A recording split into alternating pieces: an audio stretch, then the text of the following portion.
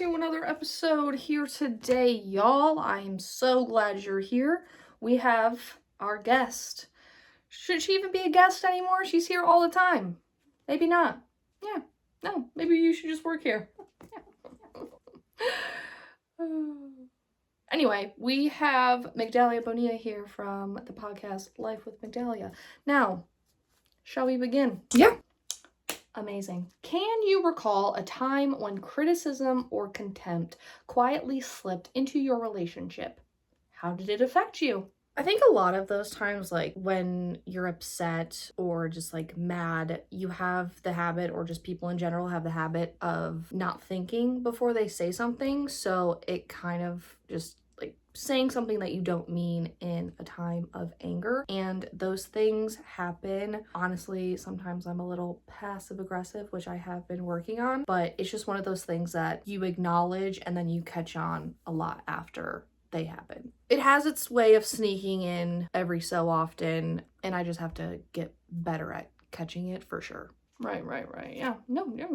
Have you ever caught yourself stonewalling or withdrawing during a fight? What triggered it? So a lot of the times I, like in the beginning of my relationship, but more so every time in my previous relationship, I would stonewall or just like dissociate in an argument because I don't like yelling and I don't like people displaying anger like loudly. And the trauma that I had growing up of people yelling and screaming in my face played a big role, and my previous ex would do that a lot too. So I would just shut down and I would not engage in the conversation and just like, I'm not going to talk to you if you're mad at me because I'm really just not interested, and dissociating, like going completely numb during an argument or a disagreement. I don't really do that now so much. I did it in the beginning of my current relationship. She makes me feel safe and comfortable, so I don't really need to shut down as much, but I try to catch myself a lot more because I'm more aware of it now. Right,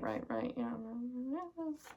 How do you usually react when your partner gets defensive, or does it escalate the situation? I'm typically the one that gets defensive, and it's one of those things that just take a long time to get over. My partner doesn't really get defensive as much. It's mostly me, but she just makes it known like, hey, you're getting defensive. And then I try to calm down because our emotions are so high. I try to calm down and be like, oh, okay, yeah, I was getting defensive, trying to justify my actions when it's really as simple as I'm sorry and taking accountability, which is what I'm working on currently. Right, yeah, no. Sounds like something you need to work on, yeah. I just said that. Whoa there, all right. Hold your horses. What are some small red flags in communication you think people often ignore at first? I think the biggest red flag is going from 0 to 100, like screaming, yelling, trying to get their point across by like getting in your face and just making a huge display of such an intense emotion, because anger is one of the worst emotions, especially in my opinion, because it can lead to a lot of damage, especially if someone's like throwing things or punching walls, or like I said before, screaming in your face. Like, I think those are huge red flags, that you can't display your emotions in such an adult way. That is just a red flag to me. Right. Have you ever noticed patterns repeating across different relationships?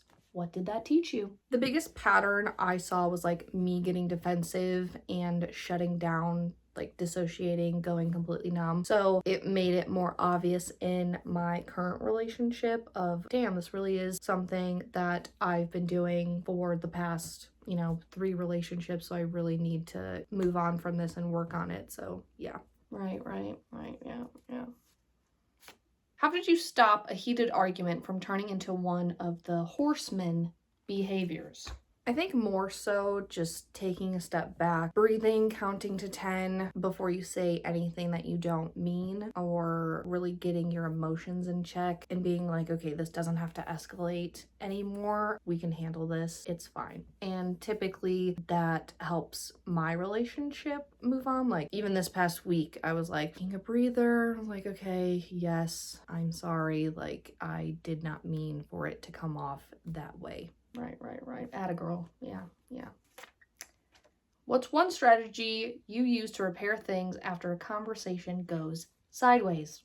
I would say talking about it after and just making sure that the other person is heard and that you actually understand where they're coming from. I'm more so the person that wants to be understood, and I think fairness is the key to everything. So the golden rule, like treat people how you want to be treated in the same way in a relationship. And you really just want to establish that emotional connection again, like be close with each other, hug it out, kiss, say I'm sorry, the works. Right.